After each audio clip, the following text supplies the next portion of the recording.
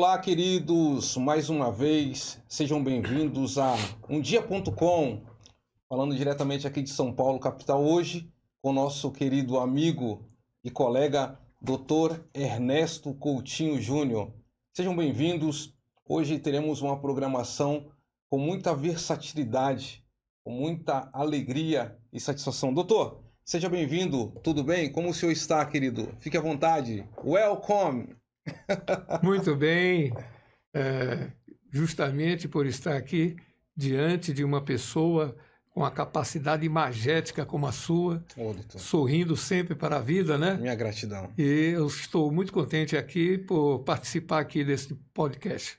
Acredito, doutor Ernesto, que é um podcast muito especial, uma data inaugural, um dia inaugural, e acredito que, mediante ao conhecimento que o senhor tem, não vai faltar oportunidade do senhor regressar e retornar diversas vezes aqui, hein? Com certeza, com certeza.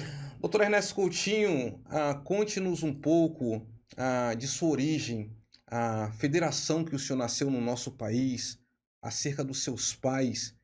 Queremos saber um pouquinho de sua biografia, digamos aqui no seio, no âmago da sua família. Por favor, querido. Eu nasci em Recife.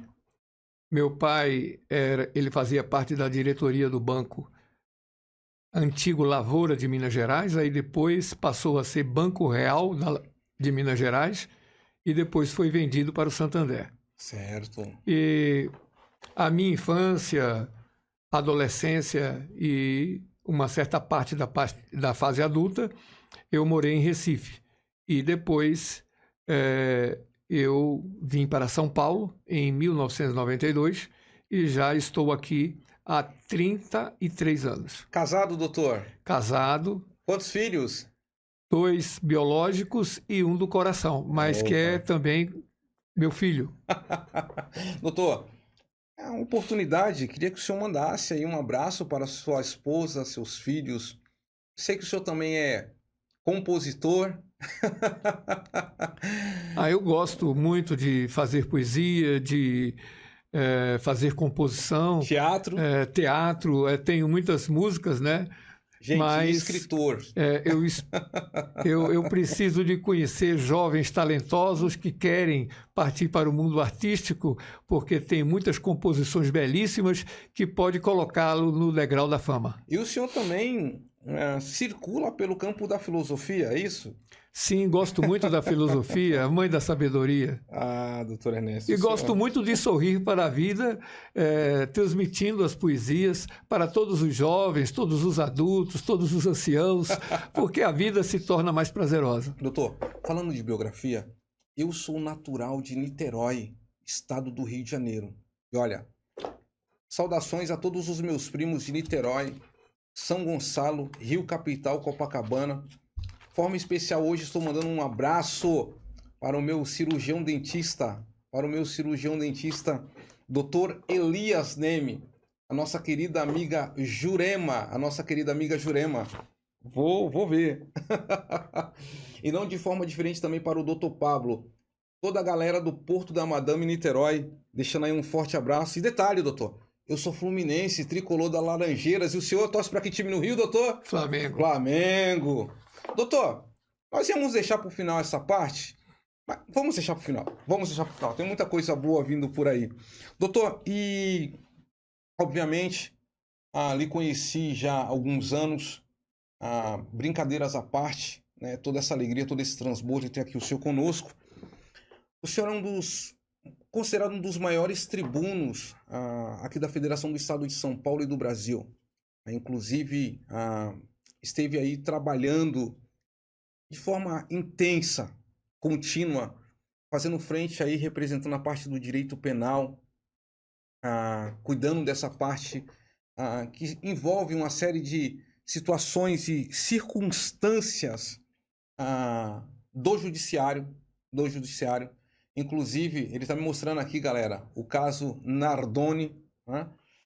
Dentro disso, também se tornou escritor e hoje dentro da faculdade ou das faculdades ou do que se diz respeito ao universo ao mundo acadêmico. Eu mesmo tenho colegas que fazem trabalhos utilizando seus livros. Dia desse tive a experiência em um transporte público encontrar alguém que estava comentando das suas obras, o senhor é testemunha disso, usaram o seu material para trabalho. E eu queria que o senhor compartilhasse conosco, assim, dessa forma aqui, estamos conversando tranquilos, suaves, um pouco desse universo, para que a nossa audiência que está aqui assistindo o senhor possa, em verdade, entender um pouco mais desse universo tão amplo que é o mundo de um tribuno. Fique à vontade, doutor, por favor. Eu sempre fui perfeccionista e procurei exaustivamente buscar o conhecimento, não sectariamente, mas por entender que o conhecimento ele abarca a universalidade de todos os objetos culturais. E muitos advogados, eles ficam só olhando lei, doutrina e jurisprudência e se esquecem de que podemos trazer a física quântica, a química quântica, o cálculo estrutural para formar um quadro análogo e destruir a denúncia apresentada pelo parquet, que é o promotor de justiça. E nisso, você pode fazer uma pergunta muito pertinente. Mas como você pode fazer isso? Ora, pelo procedimento métrico. Então, eu comecei a estudar, maturar e analisei que se você tem a ciência exata, ela não pode ser uma ciência do entendimento, porque ela tem exatidão. Então, como existe uma incongruência nas decisões totalmente contraproducentes de muitos magistrados, em que pese o meu respeito à magistratura, mas sem dúvida, quando o advogado ele destrói ou desconstrói, como queira, a denúncia, por não haver conclusividade, então o juiz ele coloca o entendimento e viola o princípio normativo constitucional. E a sentença ela passa a ser contra legem. Como o livre convencimento ele tem mais efusividade do que a exatidão, então eu criei justamente uma tese para mostrar por A mais B que, sem o meio de prova, não pode haver a transformação da convicção na evidência. Se não pode haver essa transformação da convicção à evidência, então automaticamente a condenação ela tem que ser reformada no pretório em instância superior. Certo, doutor. Então foi aí que eu trouxe a engenharia. Eu comecei não só a estudar o direito, como todas as demais disciplinas que abarcam a universalidade de todos os objetos culturais e criei uma metodologia de ensino. O senhor aplica, então, a engenharia ao direito? Ao direito. Explique-nos isso, doutor. Pois não, então... Curioso, hein? Então, quando o engenheiro ele vai construir, ele vai administrar a obra, então ele vai contratar o topógrafo para fazer o levantamento topográfico da área. Correto? Certo. Mas antes do levantamento topográfico, tem a cena do crime. Essa cena do crime, então, ela tem que ser preservada. O levantamento topográfico da área, que faz essa tipificação com o direito, não é? Certo, doutor. Então, o levantamento topográfico... Com esse levantamento topográfico, então, se foi escorreito, se foi aprovado, então tem que ser feita análise do solo, para que a obra não possa ser cedida. Sim. E em seguida... É uma estruturação. Uma estruturação. E em seguida será feita a fundação. Após a realização da fundação, então será contratado o engenheiro calculista que vai ter a missão de fazer o cálculo estrutural da engenharia jurídica. Aí está a tipificação A solidificação. A solidificação, porque eu estou trazendo a construção do edifício jurídico. Poxa, que entende? Analogia, doutor. Então, se o Ministério Público apresenta pedindo a condenação,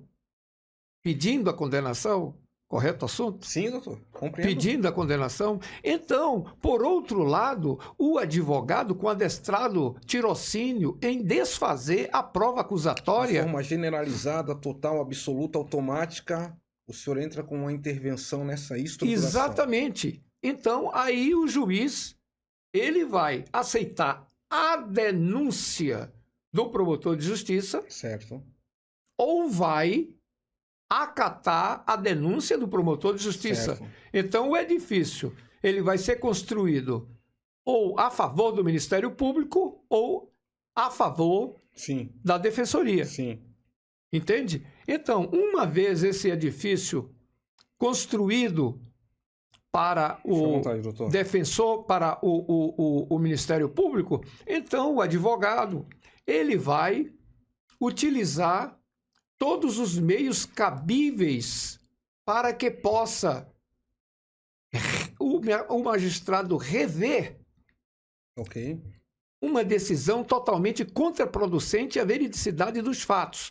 Como é instituição do júri, então o advogado ele vai alegar a ausência da cadeia de custódia, porque se não há a cadeia de custódia, se não há prova plena, não há o crime, então, como essa questão da cadeia de custódia não foi realizada a cadeia de custódia, os elementos concernentes a tênis, ao lençol que ficou com a marca do tênis, não foi periciado, os objetos não foram periciados, então a prova totalmente está em desfavor do Ministério Público. Sim. Porque a defesa ficou sem meios para comprovar a inocência.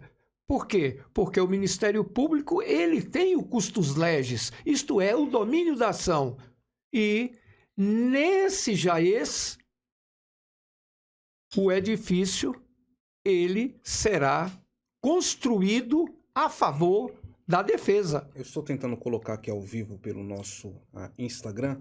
Não repare não, mas eu estou ouvindo muito bem. E se eu estiver errado, o senhor me corrija. Nesse caso, o senhor está falando sobre cadeia de custódia? Por favor, fique à vontade, doutor.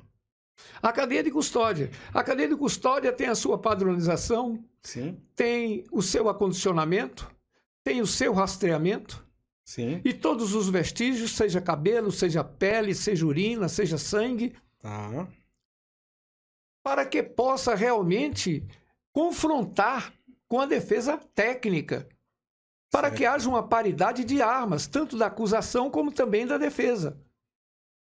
Então, diante disto, é que nós estamos fazendo esta tipologia entre o edifício jurídico pró-promotor de justiça, sim, acusação, e o edifício jurídico pró-defesa, que é justamente a favor do advogado, que está postulando.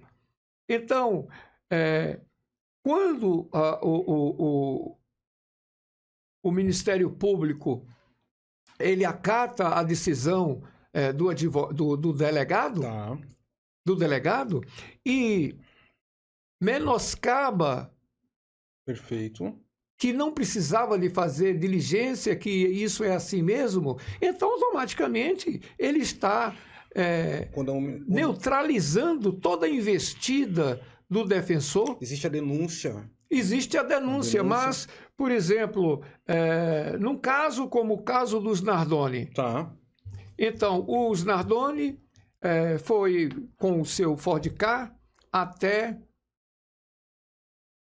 um clube de campo. Sim. Então, passou no Sans Clube. Então, passou o dia lá, Isabela, ele, Ana Jatobá e as crianças, a Isabelle, o Pietro e o Cauã. E quando voltou, então a menina, Isabelle, pediu chocolate. Mas ela disse assim, não, nós estamos...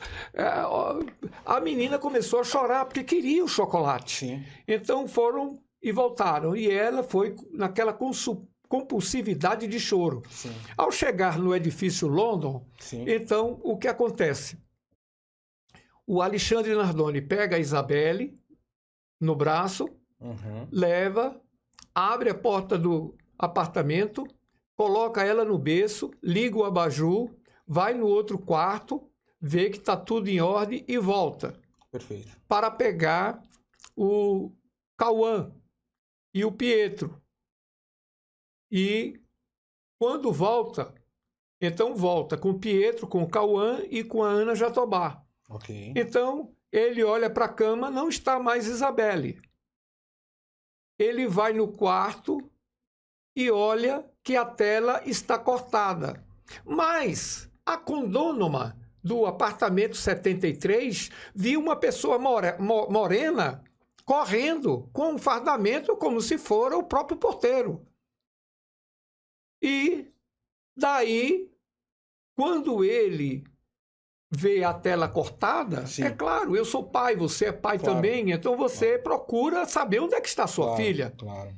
Ele coloca o tênis dele, ele ao subir, então anatomiza a mancha no lençol, a marca no lençol.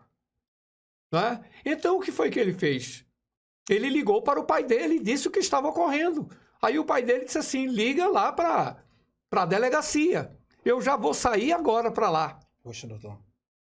E quando ele desce, a menina tinha sido lançada e morta já embaixo. Foi levada para o hospital, mas não teve jeito. Sim. Aí eu pergunto, mas como é que pode condenar ele se a própria delegada não quis fazer a perícia da quina da mesa? Como é que pode condenar se não houve, se não foi permitido confrontar o exame de sangue e o exame de urina? Entendo. Então, foi expedido ofício ao juiz Maurício Fossen, que foi o juiz do Tribunal do Júri. E ele autorizou, mas a perita disse, agora não vai fazer exame, você volta na próxima semana, quando voltou. Então, o que foi que aconteceu? Sim. A perita chegou e disse assim, não, já foi confrontada a saliva com a urina, não precisa do exame de sangue. Isso aí é uma coisa totalmente esdrúxula. Isso aí entristece o mundo jurídico, porque hoje nós estamos vivendo como se fosse um apanhado de achômetros, mas sem a verdade dos fatos. E é importante dizer para a nossa audiência, de uma forma muito simples e muito objetiva, o doutor está aqui explanando sobre procedimentos técnicos. Procedimentos técnicos. Estágios e fases. O senhor não está falando sobre o mérito de sentença. Não. E o senhor também não está falando sobre o mérito de ser culpado ou não. Não. O senhor está deixando muito bem claro que existe uma série de regramentos que precisam ser transitados de forma legítima. Exatamente. Por favor, doutor, continue. Exatamente. Isso é a cadeia de custódia. Exatamente. Então foi quebrada a cadeia de custódia. Entende? Ainda não existia o pacote anticrime. Tá. Entendeu? Ainda não existia. Mas a perícia, ela tem que ser assertiva. Poxa, doutor, que assunto riquíssimo é esse. Porque o senhor, então, em sua mentalidade, e por que não dizer em sua percepção genial, o senhor tira, então, o processo de águas superficiais e existe aí um interesse, de fato, em debater e combater e discutir o assunto de águas profundas, mergulhando de forma muito técnica e que, de fato, seja respeitado toda a codificação e todo o procedimento ou toda a estruturação do processo. É isso, doutor? Isso. Cada isso, estágio, isso. cada momento. Até mesmo porque o porteiro... Qual é a missão do porteiro? Aqui, doutor. Qual é a missão do porteiro? A missão do porteiro é só sair da guarita se interfonar para o síndico ou para algum dos condônomos. Uhum. Porque na portaria tem o interfone, tem o telefone, tem a geladeira, tem água, tem café. Então, ele não interfonou. Ele saiu da portaria e não comunicou a ninguém. E a mulher do apartamento 73 viu essa pessoa morena correndo, transitando, correndo. Se ele não devesse nada, ele não estaria correndo, ele estaria andando normal. Então, perguntas lógicas levantam o perfil de toda a trajetória do ocorrido e nenhum argumento confuso, seja de que lado for, deixará de ser esclarecido, como não foi esclarecido. Então, pegaram 31 anos de cadeia, 26 anos de cadeia. Ela já está saindo em liberdade. Né? Esse processo, ele tomou um vulto para dar uma... Ele está aí saindo em liberdade. Este processo tomou um vulto e deixou reticências, sem um esclarecimento, sem uma prova cabal, sem uma prova crível, consoante a ensinança de Magalhães Noronha. A prova há de ser cabal, harmoniosa, coerente, concreta e incontestável, ao passo que para o acusado basta tão somente a dúvida. Então não pode prevalecer o contra-legem, porque se a perita disse, venha na próxima semana para fazer o exame de urina e o exame de sangue para participar, e disse que já foi feito e não precisava mais, e chancelou a condenação, então eu acho que isso é menoscabar e fazer da justiça, como diz o profeta Isaías, ser um trapo de imundícia. Poxa, doutor, esse assunto ele é muito vasto, é muito longo e muito complexo. Eu quero aproveitar a permanência do doutor aqui para irmos para outros campos também. Mas, doutor, não posso deixar de perguntar de uma forma muito resumida, num lampejo, duas questões. A primeira é, não havia câmeras nesse condomínio? Sim. Bom, fica a interrogação. Né? Sim. Fica a interrogação. Doutor, foi apresentada à Câmara? Doutor... Uma boa pergunta que requer uma pausa para uma profunda reflexão. Por isso que eu fiquei em silêncio. E o segundo momento, então, poxa, ficou então na condição investigatória ou investigativa, na opinião do senhor, de tribuno, a superficialidade na questão da investigação? Sim, porque não quis fazer o exame da quina da mesa. E a questão da anatomização do tênis do Nardoni no lençol? Por que não foi periciado? Então, são perguntas pertinentes que não foram levadas a juízo para que a justiça justa e perfeita pudesse triunfar numa paridade de armas, tanto para a defesa como também para a acusação. E quero deixar bem claro para a nossa audiência, reiterar novamente dizendo aqui o seguinte: o doutor Ernesto não está entrando no mérito da condenação ou do crime em si por A ou B. Ele está falando sobre o procedimento legítimo no decorrer do processo, no que nós chamamos de linha do tempo. Sim. E aí fatos são fatos. Isso a nossa audiência acompanha a mídia aberta, a televisiva, os rádios, né? Hoje já existe o advento da internet. Inclusive, essa semana foi ventilado na mídia aberta sobre a possibilidade da saída dele já da reclusão e poder agora estar em liberdade. Doutor, assunto complexo, nós podemos voltar a outro momento. Agora fala de um assunto mais alegre, doutor. Mais alegre, um assunto mais festivo. Enfim, o doutor tem uma atividade onde o senhor está buscando no Brasil as mentalidades, os pensadores.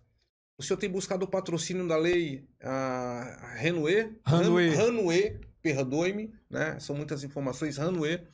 E tem aí já desenvolvido em São Paulo parceria com alguns vereadores e com o mundo privado. Eu queria que o senhor me falasse mais sobre esse projeto, porque nós temos em nossa audiência pessoas do mundo corporativo e empresarial que podem estar agora, nesse exato momento, curtindo, dando um like e envolvido com essa sua atividade.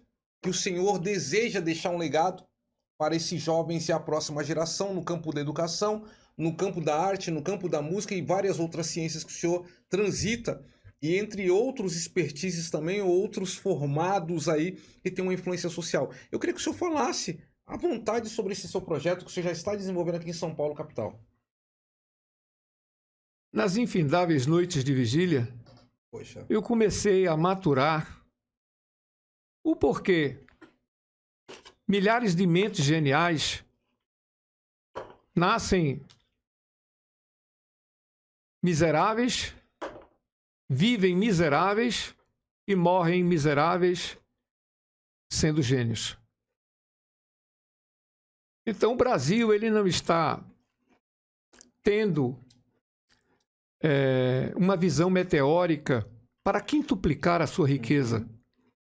E comecei a maturar essa minha indignação por ver a pobreza cada vez mais crescer por falta de mentes visionárias, similar a Alexandre o Grande da Macedônia. Pelo amor de Deus. E é justamente dentro desse aspecto que eu procurei me ater. Quantas mentes geniais estão presas, sendo muitas dessas mentes geniais cantores, compositores, mentes que são mentes geniais, brilhantes como Elon Musk, e que morrem, passam pela vida, mas a vida passa por ele, mas ele não passa pela vida. E rápido, né, doutor? E eu comecei a analisar e ver que muitas pessoas estão vivendo uma vida pomposa com crime organizado, muitos deles partindo para a música, para isso, aquilo, outro, com dinheiro sujo.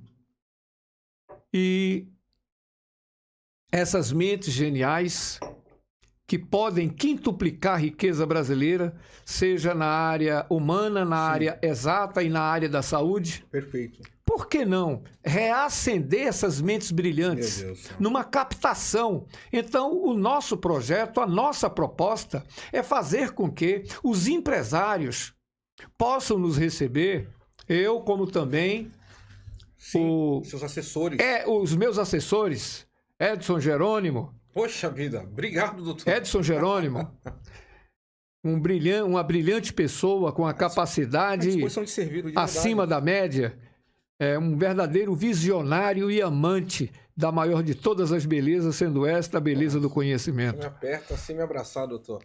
Doutor, não perca seu raciocínio, só para deixar bem claro para a nossa audiência quem é que está falando isso.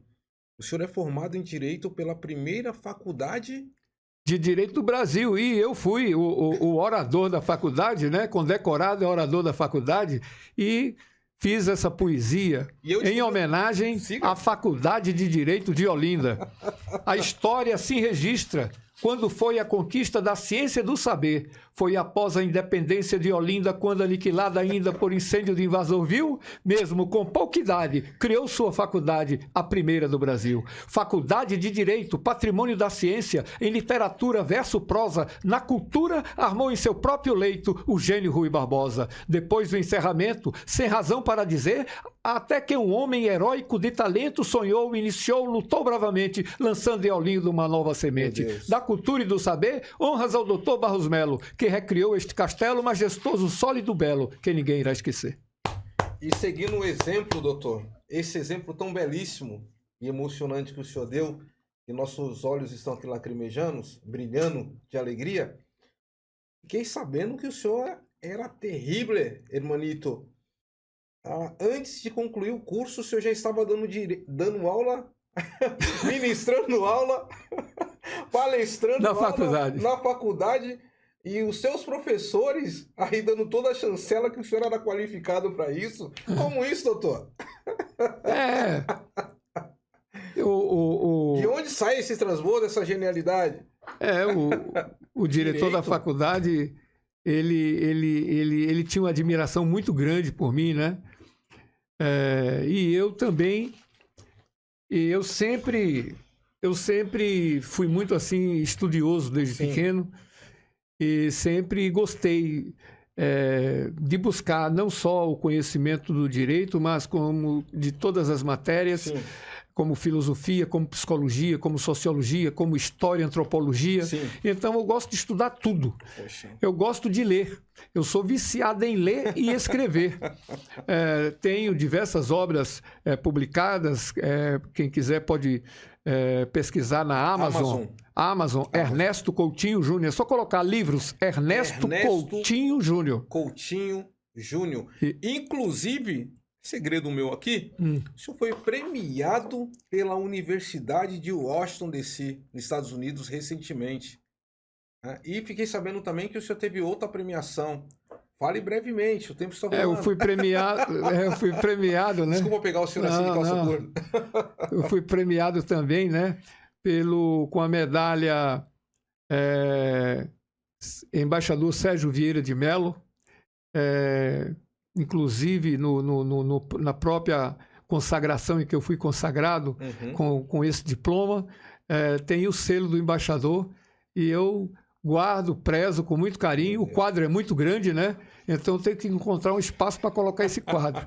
Mas quando você for na minha humilde casa, tá bom. Entendeu? Obrigado. Então eu vou pegar o quadro e a gente arranja um lugar para eu colocar, porque vale a pena. A minha provocação foi muito boa e proposital, doutor Ernesto Coutinho, porque o trabalho do terceiro setor é um trabalho abrangente no Brasil e, de fato, as nossas políticas públicas e também o mundo e o universo privado é importante demais. Vou dar toda a atenção para o senhor nessa questão.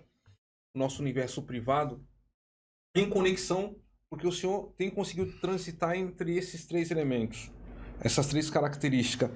E por isso que eu fiz questão de falar um pouco do seu currículo, e eu sei da sua simplicidade. O senhor é muito bem resolvido com si, né? Eu já tive a oportunidade de estar em algumas atividades com o senhor nesses últimos 2 anos. E aí agora eu quero que o senhor fale realmente qual que é o convite, qual que é a proposta dessas mentes geniais, o que que o senhor precisa, porque nós temos audiência que está ouvindo. Ali está o governo, ali está o universo do mundo privado, do empresarial, do business, e dentro disso as pessoas podem corroborar e colaborar, ajudar, apoiar. Como esse seu trabalho, doutor? De que forma? Porque, veja bem, o senhor está falando sobre tirar um menino que está na rua, talvez agora fazendo um malabarismo no trânsito e tem um talento. Outro deve estar tocando violino no metrô. Outro deve estar tentando desenvolver alguma ferramenta na tecnologia, um aplicativo, mas não tem capacidade e qualificação. Outro um cantor, outro um advogado. Então, dentro desse pilar que o senhor tem, explique, chame, convide. Aqui está o seu espaço, doutor. Fique à vontade. A minha proposta é a seguinte. Apresentar esse projeto para o governo federal em Brasília. Tá. Inclusive, convido-o para ir juntamente comigo para que... Nosso atual governador também. Sim, o nosso atual governador.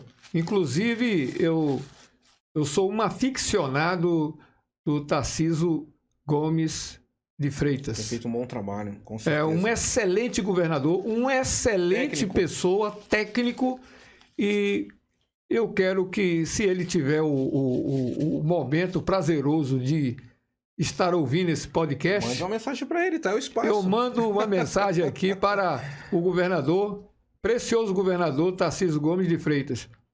O Brasil está sendo muito mais Brasil em ter o privilégio de ter na capital paulista um governador do seu Jaís. Considero-o como uma pedra de feldspato alocada em plenas rochas calcárias, Poxa, que bonito. em que as pessoas não conseguem enxergar porque a rocha calcária é opaca e sem brilho, e a pedra de feldspato está sendo ofuscada porque ela é imensa e ninguém consegue enxergar a pedra de feldspato. E essa pedra de feldspato é Vossa Excelência, com um trabalho, um maturado labor de um trabalho em que jamais foi feito aqui em São Paulo, porque o excelentíssimo governador é um trator no trabalho e provando por A mais B que tem amplas credenciais para ser, não para de maneira alguma massagear o ego do De governador, forma alguma, o senhor não precisa disso. mas provando de A mais B que será gracioso o Brasil de braços abertos recebê-los como futuro presidente na próxima eleição. Poxa, que percepção. Parabéns. E dentro disso, obviamente, o setor privado, né? Agora, eu quero deixar claro, Por favor. eu quero deixar de uma maneira bem clara que o projeto é o seguinte, é que existem muitas mentes geniais. Isso, doutor. Então, o governo ele tem que chegar mais perto das pessoas que produzem um projeto, e eu produzi esse projeto juntamente com o Edson Jerônimo para apresentarmos ao governo para que haja probabilidade de ter uma liberação da Lei Rouanet, para que essas mentes geniais elas possam ser captadas, elas ser filtradas, captadas, para quintuplicar a riqueza brasileira. E com isso, fazer uma juventude mais sorridente, uma criança sorrir para a vida, uma adolescente saber que tem futuro. E hoje nós observamos que o péssimo profissional conhecido é tido como intelectual e o intelectual é tido como o medíocre. Essa inversão de valores é que está deixando muitas pessoas desanimadas e muitas pessoas terminam migrando para o crime, terminam sendo como se fosse uma enxurrada, sendo levadas, sendo conduzidas por um maremoto. E quando existe um projeto sério para fazer do Brasil mais Brasil, um Brasil bem mais brasileiro, de mãos dadas, para que essa juventude possa novamente sorrir e para que o Brasil possa acender a sua verdadeira luz, que é a luz do conhecimento, resgatando essas pessoas que estão impedidas de sorrir para a vida. Sim. Porque as empresas, elas podem, segundo a própria Lei Rouanet, Sim, entre outras. exatamente, dos 27,7% que paga de imposto de renda, Sim. esses 3% podem reverter para a instituição. Verdade. É essa instituição que nós elaboramos, que queremos ter a oportunidade de ir na casa do governador, na sede, Sim, na Câmara dos Deputados. na Câmara dos Deputados, dos vereadores, Sim, até Brasília. ou até mesmo no Palácio, Sim. no Palácio do Governo aqui em São Paulo, Sim. para apresentar esse projeto, para discutir Lindíssimo, esse projeto. lindíssimo. E tenho certeza, porque eu não fiz esse projeto para mim, eu não fiz esse projeto para ninguém, É um eu legado. fiz esse projeto para apresentar às pessoas que têm uma capacidade cognitiva, que têm uma mente de águia, Sim. uma visão de águia, Sim. salvo melhor juízo, Sim. para enxergar além para reaver o sonho de milhões e milhões de pessoas, Sim. para voltar a sorrir. Sim. Porque se há esse incentivo da classe empresarial, se há liberação desse dinheiro, um dinheiro que vai ser fiscalizado, um dinheiro que todas as pessoas Investido. vão saber onde está indo, é nesse aspecto que eu quero enfatizar. Doutor, inclusive... Para quê?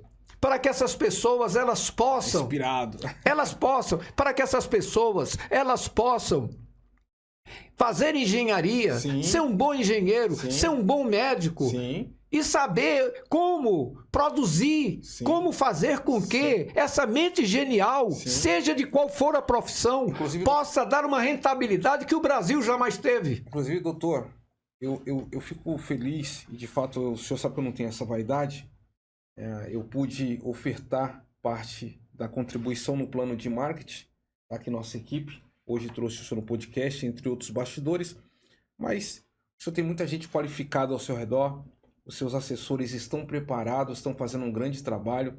Hoje o senhor já tem se reunido com alguns vereadores também que já está apoiando, entre deputados também que vão te apoiar.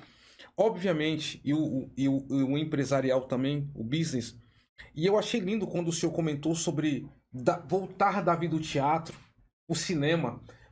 com esse universo da internet aberto agora, revelar muitos artistas no mundo digital. Então, essa sua visão é muito boa. E eu queria que o senhor falasse um pouquinho só também, porque eu sei que o senhor também transita aí no teatro, né? Tem um sonho de, na verdade, trazer para a tela, e quero que o senhor conclua também com o que o senhor me mostrou agora, para que eu possa fazer uma homenagem para o senhor ao grande clube do Laura e Flamengo. sua crise.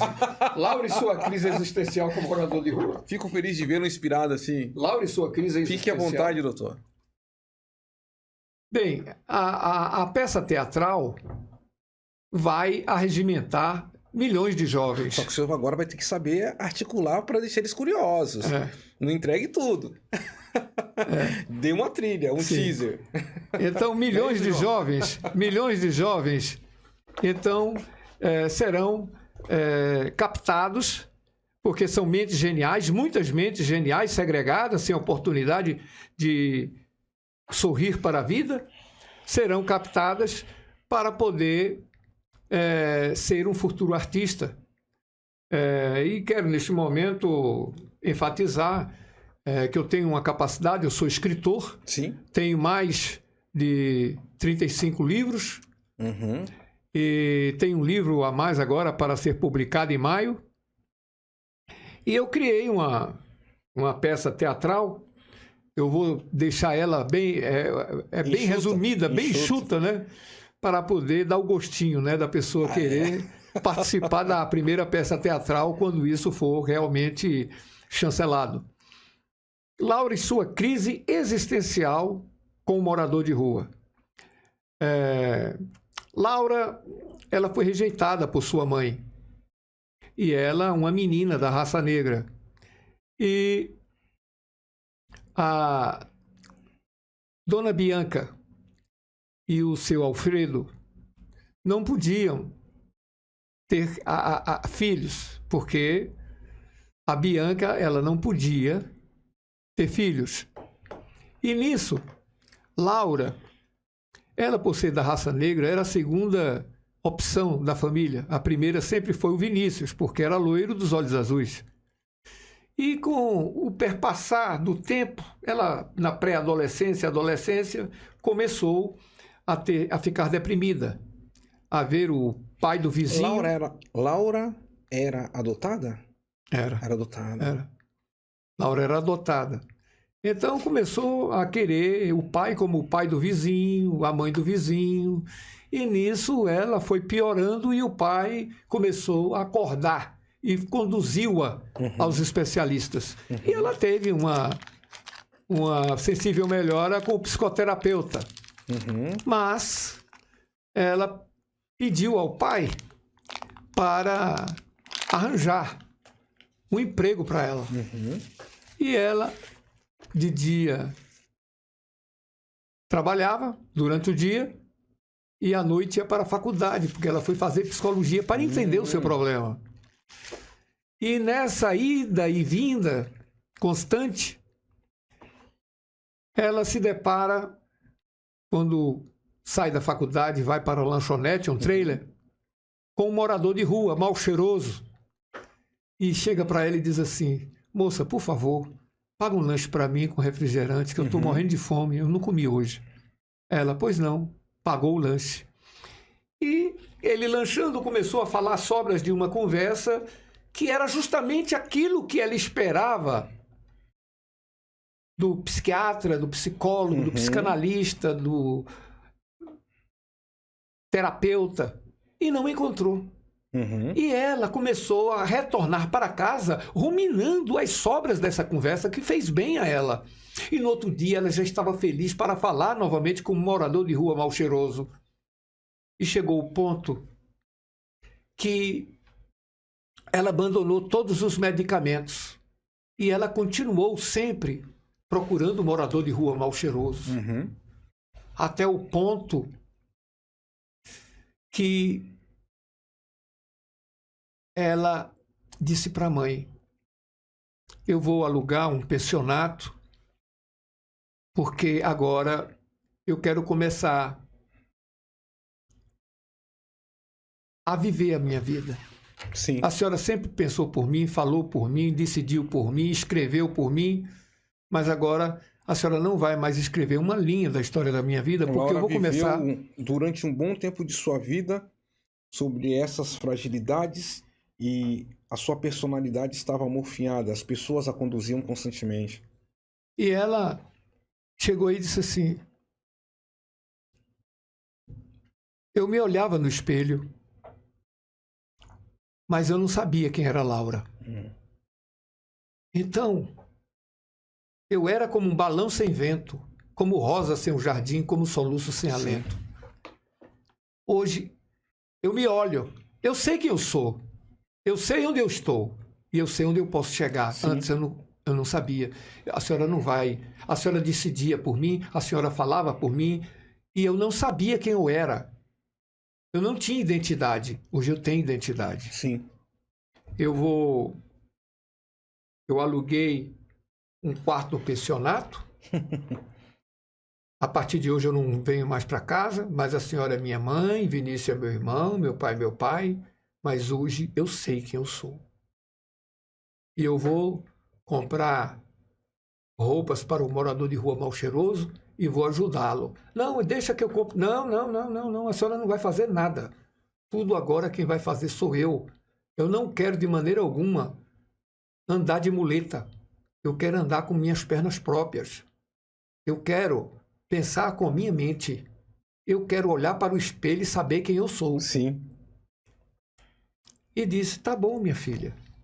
Aí ela chegou e disse assim, mas a senhora é minha mãe. A senhora, quando quiser me ver, a senhora pode ir onde eu estou. Será sempre um prazer, porque eu te amo. Sim. Mas eu vou ajudar o morador de rua mal cheiroso. Porque não foi nenhum médico que resolveu o meu problema. Sim. Foi o morador de rua mal cheiroso. Aí ela foi falar foi lanchar e levou o presente para o morador de rua mal cheiroso.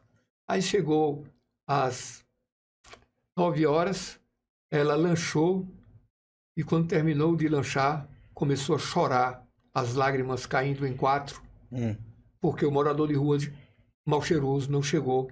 Aí ela disse, puxa vida, e agora? Minha esperança. A minha esperança, as sobras de uma conversa que libertou ela dos remédios, que libertou ela da depressão, que libertou ela da crise de pânico, que libertou ela da ansiedade.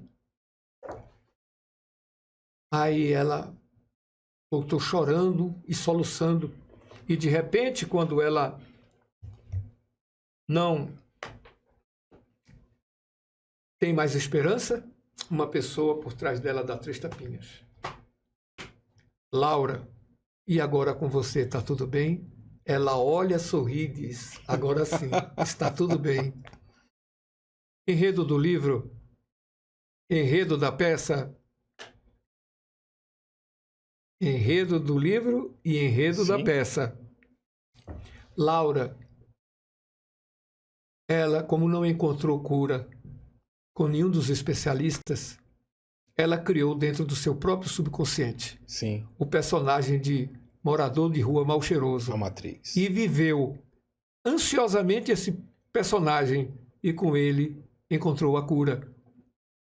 Moral da história. Forte, doutor. A cura está dentro de você. Puxa vida. E você não consegue enxergar. Que é isso, doutor? Show. Doutor, o tempo voou.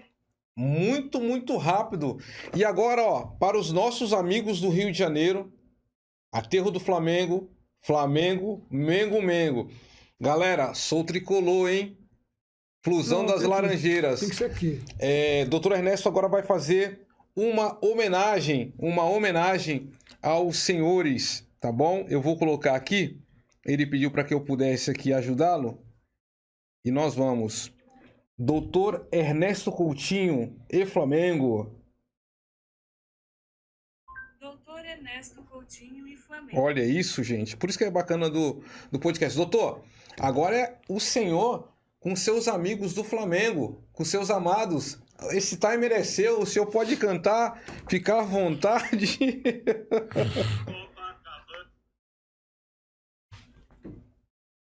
maravilha!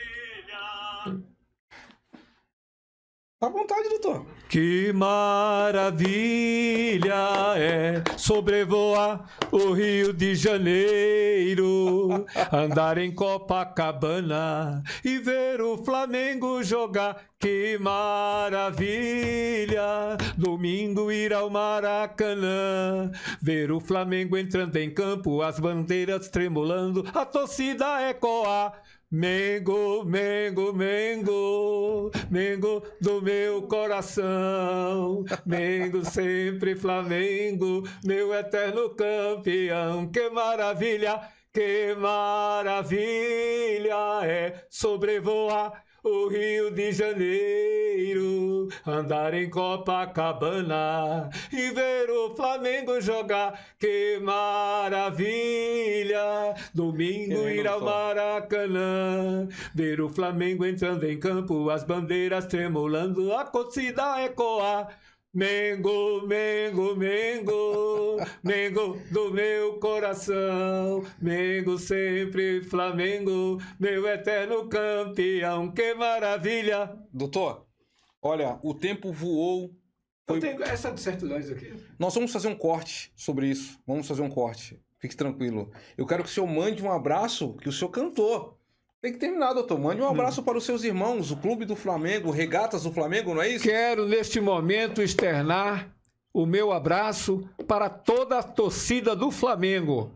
Flamengo, sempre Flamengo. Eu sou do Recife, mas torço pelo Flamengo. Só tenho time, Mengo. Queridos, nossa gratidão. Finalizamos assim mais uma programação dia.com. Doutor Ernesto, breve, muito breve, o senhor estará nessa bancada. E quem sabe teremos aqui alguém do Flamengo para compartilhar e termos um momento de resenha. Queridos, um abraço, dia.com, um abraço, obrigado João, obrigado equipe, obrigado a todos, valeu galera! Um abraço, obrigado doutor! Não tem aqui mais. Corte, doutor. Não sei se apontar não, doutor, fica tranquilo, depois você corta.